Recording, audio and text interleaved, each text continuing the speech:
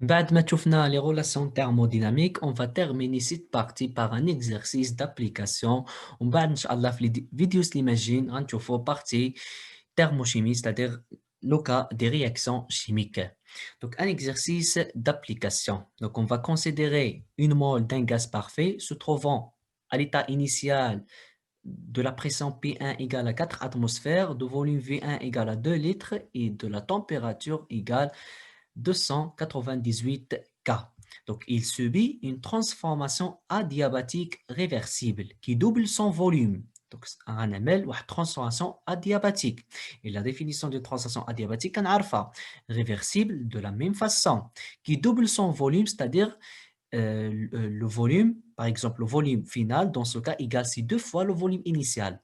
Puis une transformation isotherme. Donc, on a une autre transformation qui est c'est une transformation isotherme. Et la définition d'une transformation isotherme, كنعرفوها qui le ramène à son volume initial, c'est-à-dire كيرجعني للحالة البدئية ديال الفوليوم, volume initial. On donne gamma, c'est-à-dire le coefficient de la place égal c'est 1,42. On va calculer la pression P2, T2. Et pour le deuxième transformation, on va calculer la variation de l'énergie interne et le travail et la chaleur échangée. Donc, أول حاجة خصني نعمل يعني définir le système ديالي في l'état initial, l'état 2 et l'état 3 puisque dans ce cas, on a deux transformations de l'état 1 vers l'état 2 et de l'état 2 vers l'état 3. Donc, dans l'état 1, le système il est caractérisé par une pression P1, volume V1 et T1. Donc, la pression P1 عندي le volume عطاها لي et la température de la même façon عندي la valeur ديالها. Et on va subir une translation réversible, c'est-à-dire on a l'équilibre adiabatique, c'est-à-dire que la chaleur, donc c'est-à-dire il n'y a aucun échange avec le milieu extérieur, la chaleur elle est constante. Et on va passer à l'état 2. Il est caractérisé par un autre paramètre d'état, c'est-à-dire on a effectué une transformation. Donc caractérisé par une pression P2, un volume V2 qui double son volume initial, c'est-à-dire 2V1, et une température T2. Et on va effectuer une autre transformation isotherme de l'état 2 vers l'état 3. Il est caractérisé par ces paramètres d'état, P3, et V1 égale à V2 puisque qui se ramène à son volume initial et de T3 égale à T2, c'est-à-dire T3 égale à T2 puisqu'on effectue une transition isotherme. Donc la question 1, طلب مني نحسب la pression P2 et T1 et T2. Donc puisque عندي une transition adiabatique réversible d'un gaz parfait, غنستعمل les dernières relations اللي عطينا في الكور, c'est-à-dire PV, les relations de la place, PV à la puissance gamma égale à une constante. Donc pour une transition adiabatique réversible, متحققين هاد الشروط réversible adiabatique gaz parfait, on va utiliser relation de la place, PV à la puissance gamma égale à une constante. Et on va appliquer cette relation entre l'état 1 et l'état 2. Donc, pour l'état 1 et l'état 2, on a P1 V1 à la puissance gamma égale P2 V2 à la puissance gamma. On va tirer l'expression de P2 égale c'est V1 sur V2 le tout à puissance gamma fois P1. Application numérique, donc P2 égale, pour V1, on a la valeur de la C2, et pour V2, c'est 2 fois V1, c'est-à-dire 2 fois 2, c'est 4, à la puissance gamma, c'est 1,42 fois 4. P1 égale, c'est 4 atmosphères, on va trouver, c'est 1,5 atmosphères. Puisqu'on a l'unité de volume, c'est litres avec litres, à simplifier, P1 en atmosphère, P2 en atmosphère. Donc, calcul de T2. Donc, pour calculer T2 dans ce cas, on va utiliser aussi les autres relations de la place, c'est-à-dire la température avec le volume. Donc, ما حفظتش la relation, كنعرف نعمل la démonstration étape par étape, on nous sale la relation. On sait que relation de la place en général, c'est PV à la puissance gamma égale à une constante. On va remplacer la pression, puisqu'on a un gaz parfait, P égale nRT sur V. Donc, nRT vers la puissance gamma sur V est égal à une constante. On va diviser sur nRT, c'est-à-dire constante sur constante va donner une autre constante et on va trouver finalement c'est T fois V gamma moins 1 égale à une constante. Et on va appliquer cette relation entre l'état 1 et l'état 2. Pour l'état 1 et l'état 2, c'est T1 V1 gamma moins 1 égale T2 V2 gamma moins 1. Et on va tirer l'expression de T2, c'est-à-dire c'est T1 fois V1 sur V2, le tout à la puissance gamma moins 1. Application numérique, T1 عندي c'est 25 degrés C, c'est-à-dire correspondant à 298 K. V1 c'est 2 litres, et V de c'est 2 fois V1, c'est-à-dire que c'est 4 litres. Gamma, c'est 1,42 moins 1.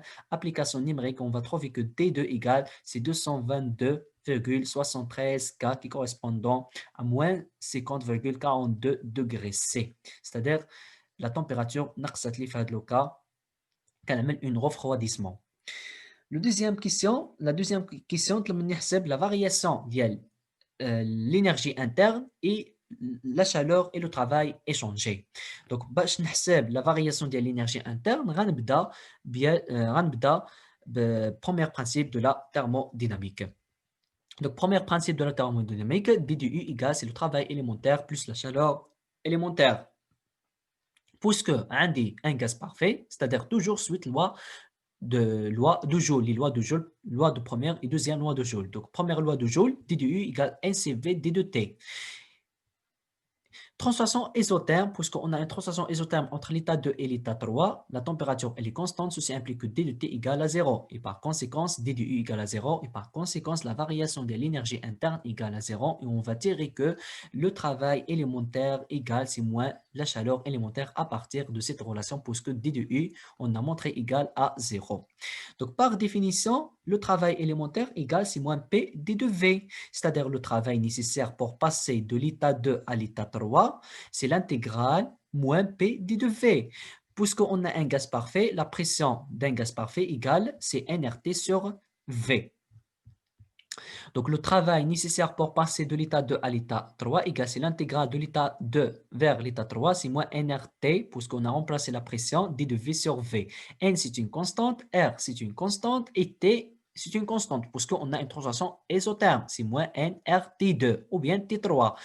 T2 égale à T3, de l'état 2 vers l'état 3, D de V sur V, et l'intégrale de D de V sur V, c'est-à-dire D de X sur X, égale c'est ln de X entre l'état initial et l'état final. C'est moins NR, T2, ln V, V2 et V3. Le travail nécessaire pour passer de l'état 2 à l'état 3 égale c'est moins nRT, ln de V3 sur V2.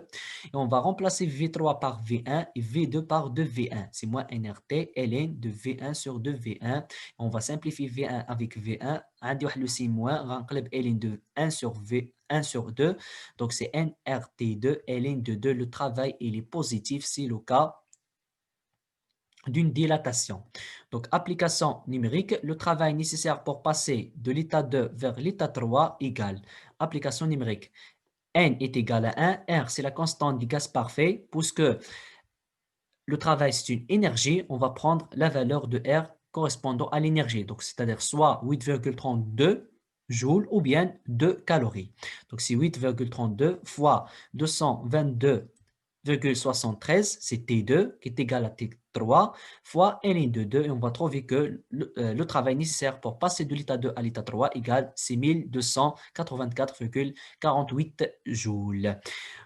Il faut déduire la valeur de la chaleur. Donc, la chaleur égale la chaleur nécessaire de l'état 2 à l'état 3, c'est moins le travail nécessaire de 2 à 3 égale, c'est moins 1284,48 joules. Conclusion, puisque le travail il est positif, donc le système reçoit du travail. Et puisque la chaleur elle est négative, c'est-à-dire le système cédé de la chaleur au milieu extérieur.